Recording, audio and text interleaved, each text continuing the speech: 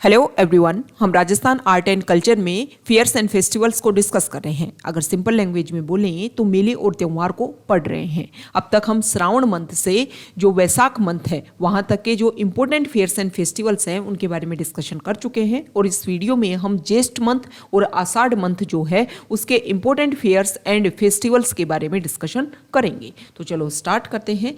कुछ इंपॉर्टेंट बात आप ध्यान में रख लीजिए। वैसे तो आप हमारे जो लास्ट वीडियोस हैं उनको जाकर के व्यू कर सकते हो, इससे आपकी जो बेसिक अंडरस्टैंडिंग है वो बहुत अच्छे से डेवलप हो जाएगी। फिर भी अगर आपको मान लो कि ज्येष्ठ और आषाढ़ मंथ के ही फेयर्स एंड फेस्टिवल समझने हैं तो आप इसमें कुछ इंपॉर्टेंट बात समझिए। जैसे हमारे जो इंग्लिश मंथ होते हैं वो वीक्स में बटे होते हैं। हर महीने में 4 से 5 वीक होते हैं और सेम प्रोसीजर हर वीक में चलता है। मतलब पहले संडे आएगा, मंडे आएगा, ट्यूसडे आएगा, वेडनेसडे आएगा, थर्सडे आएगा, फ्राइडे आएगा, सैटरडे आएगा, फिर संडे आएगा। सेम इसी तरीके से जो हिंदी महीने होते हैं वो 2 पक्ष में बटे होते हैं। 15 दिन का पक्ष जो पहला पक्ष होता है वो होता है कृष्ण पक्ष, ओके, और यहां से महीने की स्टार्टिंग होती है। और जो सेकंड पार्ट होता है वो होता है शुक्ल पक्ष, ओके। सेकेंड पार्ट होता है शुक्ल पक्ष। जो कृष्ण पक्ष होता है उसको आप डार्क फोर्टनाइट बोलते हो और जो शुक्ल पक्ष होता है उसको बोलते हो ब्राइट फोर्टनाइट। मतलब 1 से 15 दिन का ये पक्ष होता है और 1 से 15 दिन का ये पक्ष होता है। सेम डे रिपीट होते हैं। यहाँ पर फर्स्ट डे को एकम बोलते हैं, सेकेंड डे को द्वितीया बोलते हैं, थर्ड डे को तृतीया बोलते हैं, फोर्थ डे को चतुर्थी बोलते हैं, फिफ्थ डे को पंचमी बोलते हैं, 11th डे को एकादशी बोलते हैं और यहाँ पर जो 15 डे होता है उसको बोलते हैं अमावस्या और यहाँ पर जो 15 डे होता है उसको बोलते हैं पूर्णिमा, ओके। उसको क्या बोलते हैं? पूर्णिमा। इस तरीके से आप समझ सकते हो। अब चलो स्टार्ट करते हैं। ज्येष्ठ का जो पहला पक्ष है वो होता है कृष्ण पक्ष, जिसको डार्क फोर्टनाइट आप बोलोगे, और इसमें सबसे इंपॉर्टेंट फेस्टिवल आता है इसके 15th डे वाले दिन, मतलब अमावस्या वाले दिन। उस दिन मनाई जाती है वट वृक्ष अमावस्या और इस दिन बनियान ट्री की पूजा की जाती है। ये इंपॉर्टेंट है बस यहाँ पर ज्येष्ठ के कृष्ण पक्ष में। अब आते हैं ज्येष्ठ के शुक्ल पक्ष में। जो इसमें 10th डे होता है उस दिन होती है दशमी। 10th डे को दशमी के नाम से जानते हैं और उस दिन गंगा दशमी होती है। मतलब गंगा जी का धरती के ऊपर आगमन होता है इस दिन से, इसलिए कामा भरतपुर में इस दिन मेला लगता है। सेकंड जो 11th डे है शुक्ल पक्ष का उसको बोलते हैं एकादशी और इस दिन होती है निर्जला एकादशी। मतलब पानी का सेवन नहीं करते हैं जो भी इस दिन फास्ट रखते हैं।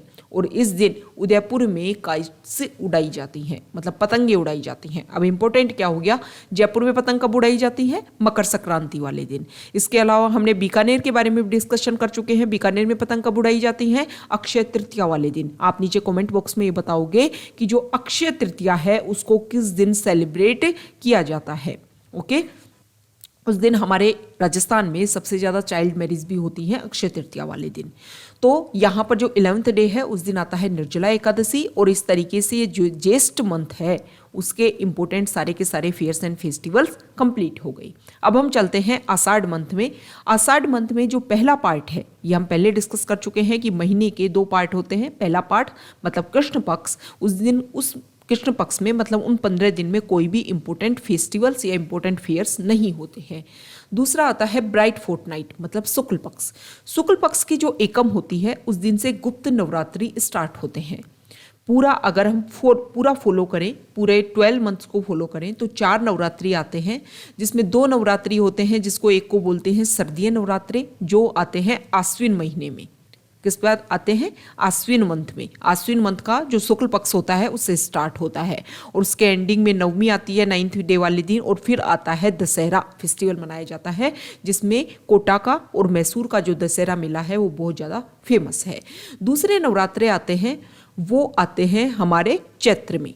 चैत्र की जो शुक्ल पक्ष की एकम होती है मतलब फर्स्ट डे होता है जिस दिन से न्यू ईयर भी स्टार्ट होती है हिंदी मंथ के अकॉर्डिंग, उसी दिन से बसंतीय नवरात्रे आते हैं और वहाँ से 9th डे तक चलते हैं। 9th डे भगवान राम का जन्म होता है, रामनवमी सेलिब्रेट की जाती है। अब 2 गुप्त नवरात्रे आते हैं। एक तो आते हैं माघ महीने में।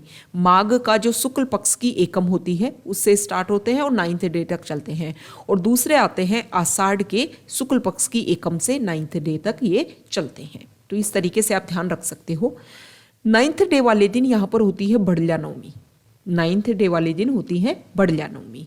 फिर 11th डे वाले दिन होती है एकादशी और इस दिन होती है देवशयनी एकादशी, मतलब भगवान इस दिन सो जाते हैं। 4 महीने के लिए जो भी होली और एक तरीके से मांगलिक वर्क है वो एक तरीके से बंद हो जाते हैं, मतलब शादी ब्याह जो है वो हिंदू रिलीजन में इन 4 महीनों के लिए नहीं होते।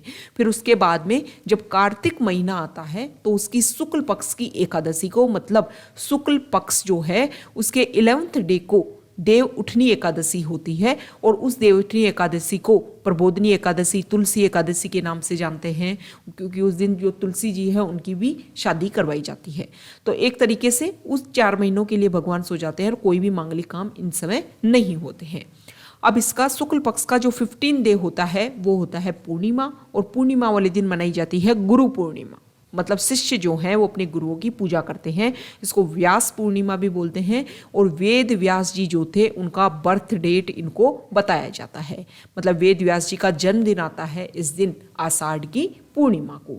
तो ये हमने हिंदू जो भी फेयर्स एंड फेस्टिवल्स हैं उन सबको अब कंप्लीट किया है। अब इसके बाद में जो अदर रिलीजन्स हैं उनके भी फेयर्स एंड फेस्टिवल्स के बारे में हम डिस्कशन करेंगे। आप हमारे Telegram channel volcano RS academy के साथ में भी जुड़ सकते हो। वहाँ पर हम एग्जाम ओरिएंटेड हर इम्पोर्टेंट इन्फॉर्मेशन, इसके अलावा हर इम्पोर्टेंट पीडीएफ आपके साथ में शेयर करते हैं।